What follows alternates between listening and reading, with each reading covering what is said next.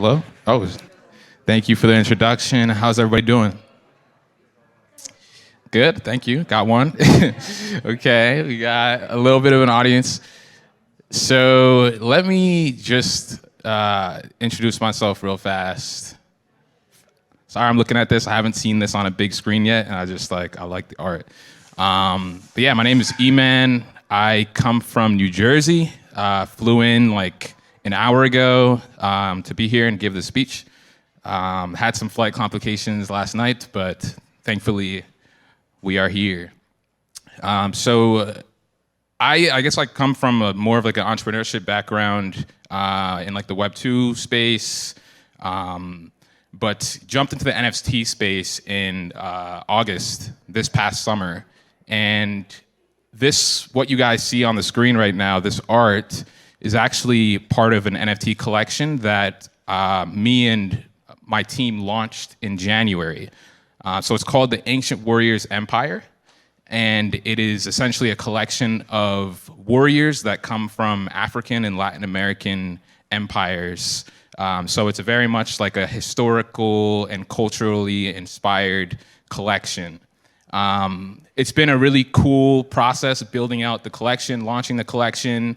It was my first time like building anything in the Web3 space. So I really had to like figure things out from the ground, make a lot of mistakes to get to where we are today. And so this talk is basically to go through kind of how we thought about launching the NFT collection, and just try to break it down and make it a little bit more simple so that anyone who's here or anyone who's watching this who's interested in launching an NFT collection, maybe you can have a little bit of an easier path in just understanding what are the key elements that go into that.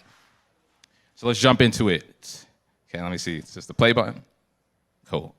All right. So yeah, I think I've covered kind of this part already, but this is just kind of to show, the transition that I had to make this past summer from me, Emmanuel Udutong, business consultant, entrepreneur. The first thing I did when I got into the NFT space actually was that I completely rebranded who I was, right? I changed my profile picture. That was the first thing. It actually wasn't this at the time because this is the one on the right. That's the project that I'm working on now. But when I first got into the space, right, that wasn't a thing. So instead I used this thing called pixel portraits, which is it's kind of like CryptoPunk style art, but you take a picture of yourself and they will design you a kind of fake CryptoPunk that looks like you essentially. So I had that as my profile picture. I changed my Twitter bio to NFT collector or something like that.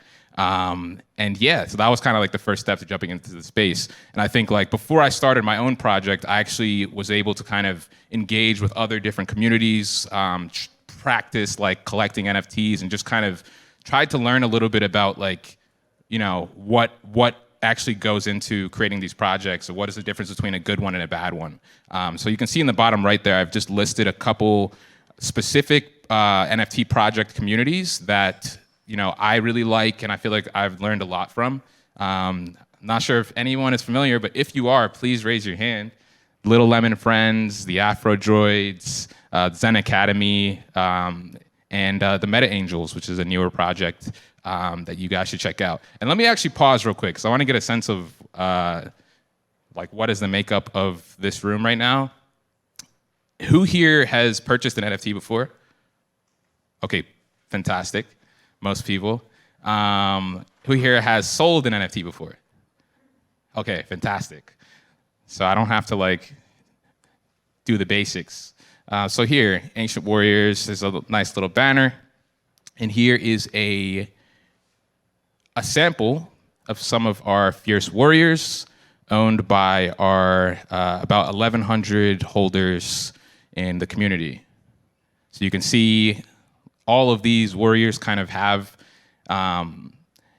clothing, weapons, and shields, and headpieces, equipment that is actually, if you went online and you looked up hey, what does a warrior from the Aztec Empire look like, you would see some of these pieces, right? This actually came from a lot of research that we did up front to try to get a reasonably accurate representation of what these people would have worn back then.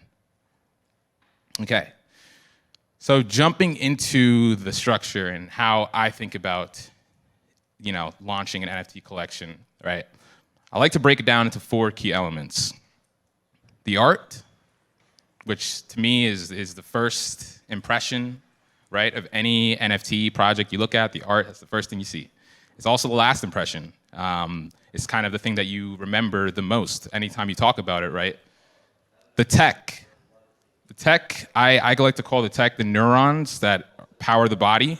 If you don't have the right tech in place, then like nothing will work, right? It's just, you don't have anything. It's not an NFT, it's just a picture. The marketing, obviously you need to get your project in front of a lot of people. You need to make sure that you have visibility for your project. And then the community, which I think most people know is the biggest success factor that goes into these projects. The community I see as the lifeblood of any project. If you don't have a strong community, anything else that you do have, even if you have great art, great tech, and you do a good job of marketing, but like there's no one that really actually identifies heavily with your project and kind of starts to form relationships in the community, it's gonna kind of phase away, right? So each of the 4 pillars are critical to building a successful project, and lacking in any one of them can severely hurt your prospects of succeeding. And so we'll start with the art. This is the first and last impression, once again, to your project, and it goes a very long way. Many people buy into projects literally just because of the art, right? Like, there are people that look for other things in collections. There's people who are looking to make profit. There's people who are looking for some type of utility that you can gain so that, like, right, you're making an investment and maybe that investment gives you access to certain opportunities or something. But there's a lot of people that literally are just like, okay, I love the art. I'm going to pick up this NFT. More of like a traditional art collection type of mentality, right? So it's very, very important from that perspective. And even, if you look at more simple art styles like the CryptoPunks, the MFers, if anybody's familiar with that, some of these more like pixel or kind of simple art styles, even these types of styles, right, they make a statement in today's artistry landscape, and it gives them cultural relevance. Because I've heard a lot of people who say like, oh yeah, art doesn't matter, CryptoPunks, what is that? It's just, anyone can do that. But it is that statement that they make, right? The simplicity that actually gives it that level of importance, right? And I feel like a lot of projects have kind of followed in the footsteps of that in terms of doing derivatives and just like similar style. Okay? So jumping into the tech, once again, the smart contract, it creates life on the blockchain, right? It changes a picture into an actual digital asset that you can verify who owns it, when it was created, and that kind of gives it value. I think the key with the smart contract is like it's not just, okay, yeah, I have a smart contract, I can make an NFT, but when you're thinking about a large collection and you want to get that to a lot of people, you want to distribute it in a way that is both fair and efficient. Let me try to unpack that a little bit, right? Fairness, there's a lot of people who have a ton of Ethereum, right? There's some big whales that could literally buy out an entire collection. So how do you prevent that from happening? How do you make sure that the NFTs are actually being distributed to a larger amount of people, which kind of forms a much stronger community as opposed to like one person or a few people just buying out all the NFTs and then it's all really in their hands what happens, right? So thinking about ways to make sure, okay, yeah, in my smart contract, I'm writing in a code that says, the maximum amount that someone can mint is maybe 3 NFTs or maybe 5 NFTs, right? And that's, one way to ensure that it's kind of distributed in a more fair fashion. When it comes to efficiency, I think about efficiency in terms of low cost. Everybody knows gas is the bane of existence on Ethereum. That's the biggest issue with Ethereum that people tend to talk about is the high transaction fees. So when you're making your smart contract, you have to be thinking of ways to lower that transaction fee, because like there's people, right? I mean, there's times where if the Ethereum network is very clogged, you might pay just as much or more in gas than the actual NFT itself. And you definitely don't want to do that for a couple of reasons. Number one, that could make the NFT inaccessible to a lot of people, right? Like there's people who might say, okay, yeah, I'm willing to spend $200 in this NFT, but if like the gas brings it up to 300, then it's outside of my budget. You don't want that to happen.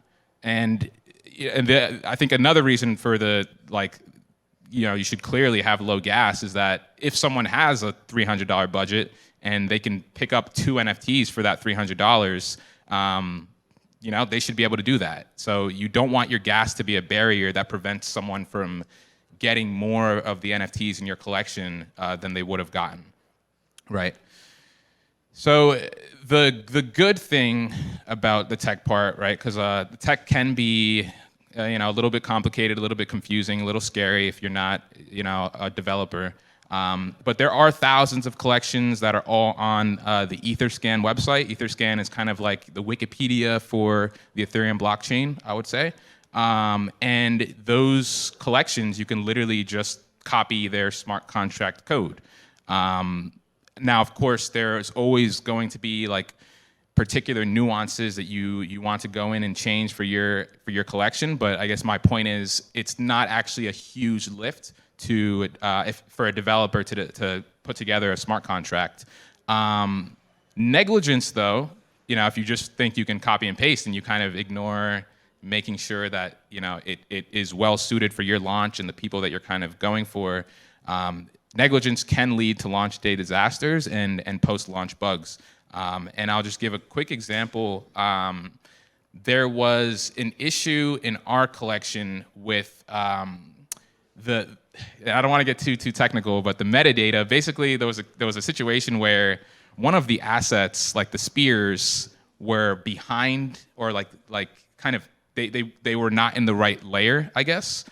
So like instead of the person like holding onto a spear in their hand, you saw the spear was like in front of their hand, and it was like a bug that we ran into once we launched, and that caused us to have to like go back and do a lot of extra work and kind of freak out a little bit, because we were like, oh no, we don't want anyone to see that like there's a whole bunch of warriors on our OpenSea collection that have this like wrong type of layering with the art, right? So that's the type of thing that you really want to make sure you do testing before you launch, and really be rigorous about the tech part, because it can really be disastrous if you're not serious about it. Right. So getting into marketing, and also let me pause also as well. If anyone has any questions, please feel free to just interrupt me if it's burning. But also, we'll have some time at the end for Q&A as well. So for marketing, I think marketing is interesting, because sometimes you look at collections that do really well and you're like, oh, like, it almost makes it seem like it's easy. But what you don't know is that a lot of times, especially for these like very kind of cookie cutter types of collections where like there isn't much innovation, it might just be like, oh, the proud pandas, or the capable kittens, whatever it may be. If there isn't like much innovation to it, and like they're able to sell out like very, very quickly, and you don't really know like, oh, how did they do that? Like, I didn't see them in Twitter Spaces, whatever. A lot of times it tends to be the same kind of people who are anonymous, and they are kind of launching a lot of different collections, right? They have contacts, they have funding because they've sold out collections before, and so they can afford to pay for the best marketing. There's an Instagram page at NFT that Mark Cuban runs, where you can pay $100,000 for like a marketing campaign with this page, and it's what they say it's the closest thing to a guaranteed sellout, right? So like, just think about people who were able to sell out collections back in like August or September or something like that. and they have like maybe $1 million at their disposal, they could literally launch like 10 more collections all at the same time, pay this Instagram page, and they're gonna do well, right? They're gonna have a good launch. They might not have longevity necessarily, but the hype will be there. So that's just something to be aware of. If you don't have, ridiculous amounts of funding, then you really need to do it the organic route. And I would say that the organic route generally is what leads to a more sustainable and long-term success for a project. Because if you just build a lot of hype and you're just paying Mark Cuban to shill your work everywhere, you're probably going to attract people who are just looking to flip your project, not really like real believers or people who really identify with the art or the values of the community. So if you attract those flippers, if you attract those people who are just trying to make money off of it, you tend to see a quick rise in the beginning because of the hype, and then you see a quick fall, and then it's just, tapers off into the distance, and you forget about the collection a month later. So I think it's important to really be thinking about marketing in the organic way. And that being said, there's no one size fits all in marketing. Successful teams leverage their skills and their networks to form a killer marketing strategy. I have an example that I showed here. This is Rug Radio. I'm sure there's people here who are familiar with them. I think that's a great example of a team that, has been building for a long time and providing value to the NFT space for quite some time. Like they do daily Twitter spaces. They have been promoting diversity in the space and inclusion. They've been really doing a lot before they came out with their collection. So when they came out with their collection, I think everyone was kind of just like, oh, well, we've already seen them demonstrate their work, right? They've been building first, so they're able to engender trust from the wider space before putting out a project. And I think that's really, really, really important. And I think a lot of people get it wrong because a lot of people kind of come in and they're like, okay, I'm gonna launch a project, but it's like, hey, if you just think about it in terms of like, let's compare it to real life. If you show up to a party and you just walk into a party where no one knows you and you just start yelling like, hey, everybody, my name's E-Man, I'm come buy this thing for me, and like no one really knows who you are, you're gonna have a hard time engendering trust. And a lot of people are gonna be wary that like, hey, is this a cash grab? Is this person trying to rug pull me? There's gonna be a lot of those types of concerns. And so, yeah, I think I couldn't emphasize enough the importance of building first or demonstrating some level of evidence of building before you really start just promoting your project, right? And then the last point is just kind of a nice adage I like to think about. It doesn't matter how amazing the art is, the utility is. Again, if no one knows about the project, it's nothing's going to happen. So you really do need to put a lot of focus and emphasis on the marketing aspect, and just like, just think about, like for me, right? Like I was able to leverage my LinkedIn community as well. Like I put out like LinkedIn posts announcing like, hey, I'm launching this collection. And a lot of people who aren't even in the NFT space, who would have never heard about what I'm doing on Twitter, they tapped in and bought their first NFT through my collection. So I think that's an example of kind of like leveraging that network. Like if you are someone who, is deep on LinkedIn or Reddit, Instagram, whatever it is, you have to find a way to kind of leverage that and bring that into your space, because it can be super, super powerful. And it is kind of what gives your community a little bit of uniqueness that is specific to you. Now, speaking of community, that's the most important pillar for long-term success. Again, there's, people can just pay money to market and get your project in front of a lot of people. I can pay for a billboard in Times Square, right? And people will see my project, and maybe it'll sell out. But what comes after that? I think it's important to think about an NFT collection, and I'll go into more detail on this later. But it's important to think about an NFT collection the same way that you think about starting a business or a company. You're not just launching and then you sell and then you leave. No, it is a long-term thing where you are trying to continue creating value, and hopefully, right, like it becomes a sustainable venture that can, you can actually be spending a lot of time working on that rather than just like a quick thing, right? So I think the most successful projects, you look at Bored Apes, you look at Doodles, Cool Cats, I think they have the strongest and most integrated communities in the space. One thing that you often see with these groups is you see that holders of these NFTs will start relationships together that extend beyond just Twitter or Discord.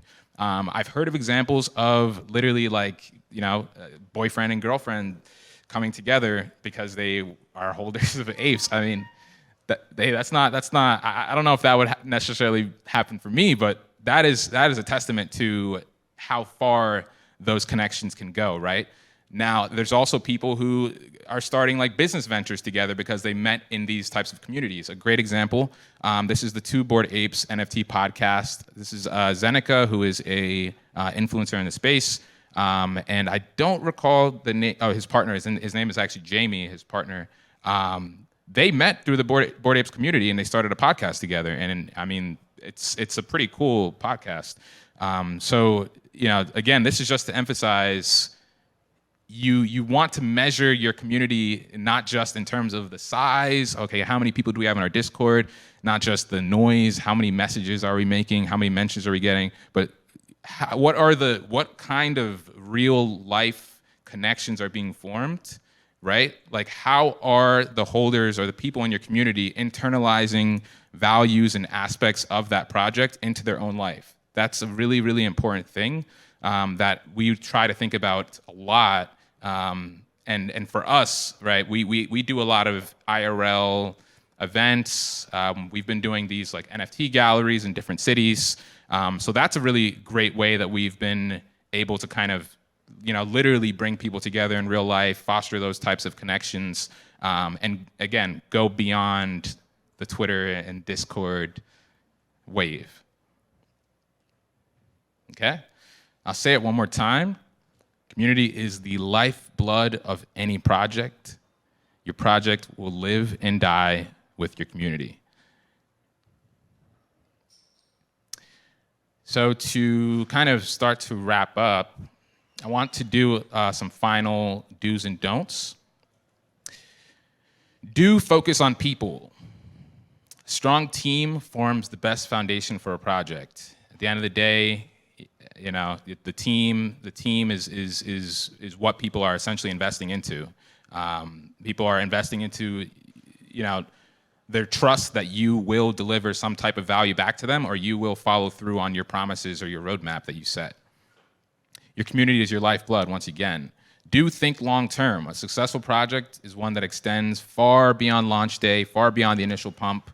Your collection is your company. Think about it the same way that you think about starting a business. It can literally be a 10-year venture. Who knows where the space is going to go? But if you're thinking long term, you can stay way ahead of all of those who are thinking short term. Be innovative and be different. Think long and hard about what you can uniquely contribute to the space. Like when I hear people say, "Hey, I want to launch an NFT collection," I ask why.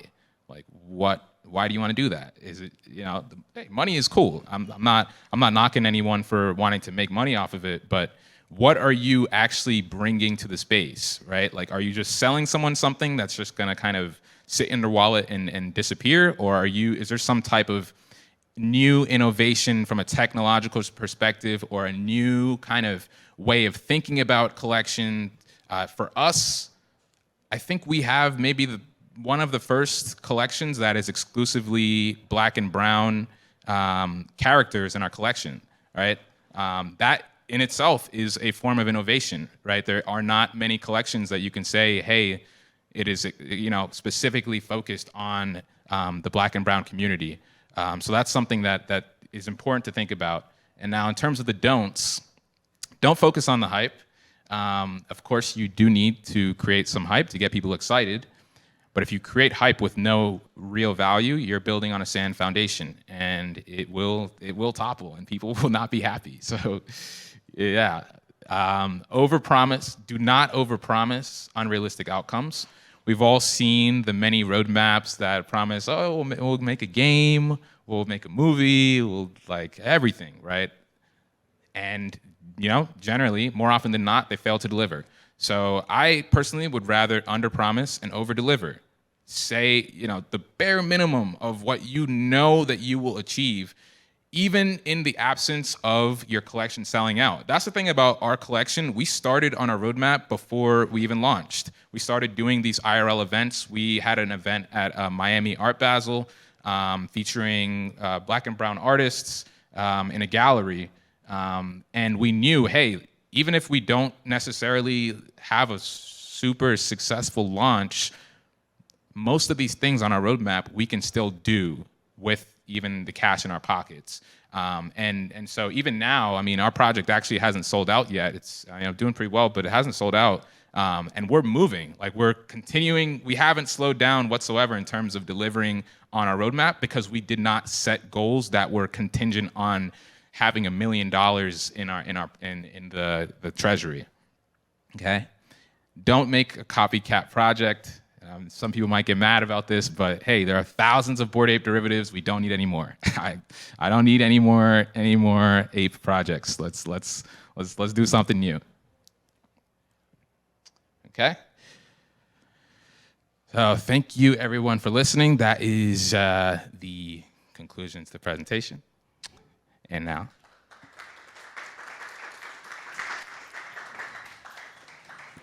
And now we can jump into questions. Any questions, thoughts, comments? What do we got? I assume you have a Discord for this project. How do you keep those people in your Discord engaged with your project all the time? Like, are you doing, art competitions or stuff like that just to make sure they're always coming back and looking at the project? Yeah, I think that's a good question. And I think it's something that we can actually do a lot better at. So we're actually kind of currently re-strategizing on how to improve that. But yes, I think for us, I think Twitter Spaces are a really good tool. We don't do as much of kind of competitions and stuff like that. We did that more so pre-launch. But now I think the main things that keep people coming back to our Discord is the events, so like Twitter Spaces, the IRL galleries that we're running, and then also different forms of utility. And I guess what I mean by that is like, if I am able to connect with another project that is about to launch, that people are pretty excited about, and get some, pre-sale access for our community, that's something that people will definitely get excited about. They'll want to come back because that's an opportunity for them to, get in cheap on a project that they might be interested in. It makes it easier for them to make money off of it as well. Yeah.